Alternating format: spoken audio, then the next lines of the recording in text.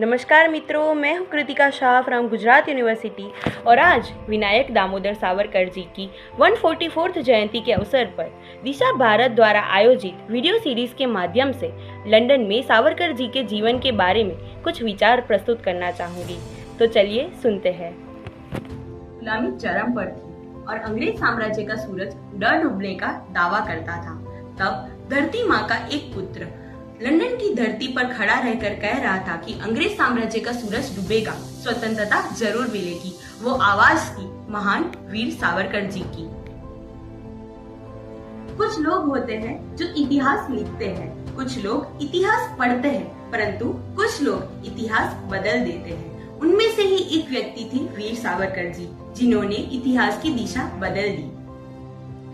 सन 1906 एक युवा भारतीय आंखों में स्वतंत्र भारत का स्वप्न लिए इंग्लैंड की धरती पर कदम रखता है।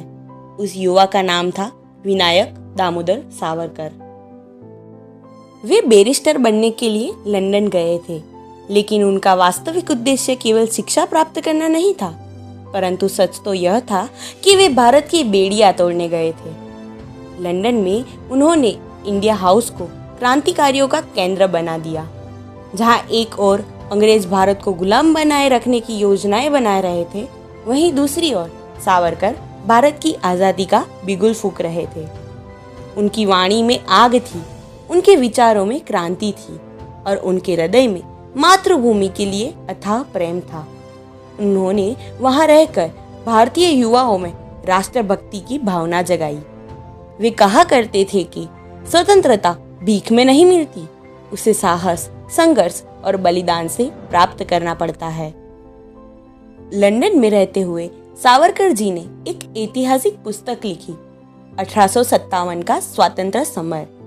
अंग्रेज इसे केवल सेपोए मुटिनी कहते थे, लेकिन सावरकर ने पूरी दुनिया को बताया कि वे केवल सैनिक विद्रोह नहीं था, बल्कि भारत का प्रथम स्वतंत्रता संग्राम था।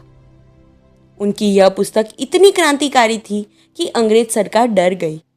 उनकी पुस्तक पर प्रतिबंध लगा दिया, क्योंकि अंग्रेज जानते थे कि बंदूक से निकली गोली एक व्यक्ति को मार सकती है, लेकिन विचारों से निकली क्रांति पूरे साम्राज्य को हिला सकती है। सावरकर जी ने विदेशी धरती पर रहकर भी भारत की मिट्टी की सुगंध को अपने हृदय में बसाए रखा। वे केवल एक लेखक नहीं थे, वे विचारों के योद्धा थे। लंदन में उन्होंने युवाओं को संगठित किया, क्रांतिकारी गतिविधियों को दिशा दी और अंग्रेजी साम्राज्य की नींव हिलानी शुरू कर दी।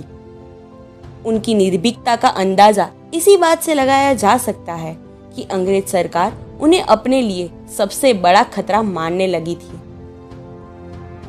प्रिय साथियों, आइए अब मैं आपको वह दृश्य सुनाना चाहती हूँ जो सावरकर जी को इतिहास में अमर बना देता है। जब अंग्रेज उन्हें गिरफ्तार करके भारत ला रहे थे, तब जहाज फ्रांस के मार्सेई बंदरगाह पर रुका था। चारों ओर अंग्रेज सैनिक, कड़ी निगरानी, भागना लगभग असंभव। लेकिन शायद अंग्रेज भूल गए थे कि वे किसी साधारण व्यक्ति को नहीं, बल्कि वीर सावरकर को कैद कर रहे थे।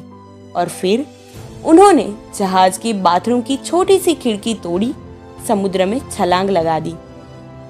सोचिए उस क्षण को, एक अकेला भारतीय युवक, सामने अथाह समुद्र, पीछे दुनिया की सबसे शक्तिशाली हुकूमत, लेकिन उसके भीतर डर नहीं था। उसके भीतर केवल एक शब्द था, स्वतंत्रता। उस छलांग ने पूरी दुनिया को बता दिया कि भारत की आत्मा अब जाग चुकी है। भले ही उन्हें फिर पकड़ लिया गया, लेकिन उस दिन अंग्रेजों की दीवारें नहीं, उनका अहंकार टूटा था। मित्रों, लंदन में सावरकर जी का जीवन हमें यह सिखाता है कि देशभक्ति केवल शब्दों से नहीं, बल्कि त्याग, संघर्ष और समर्पण से सिद्ध होती है। आज जब हम इस खुली हवा में सांस ले पा रहे हैं, तब हमें उन वीरों को नहीं भूलना चाहिए जिन्होंने अपना संपूर्ण जीवन राष्ट्र के चरणों में समर्पित कर दिया।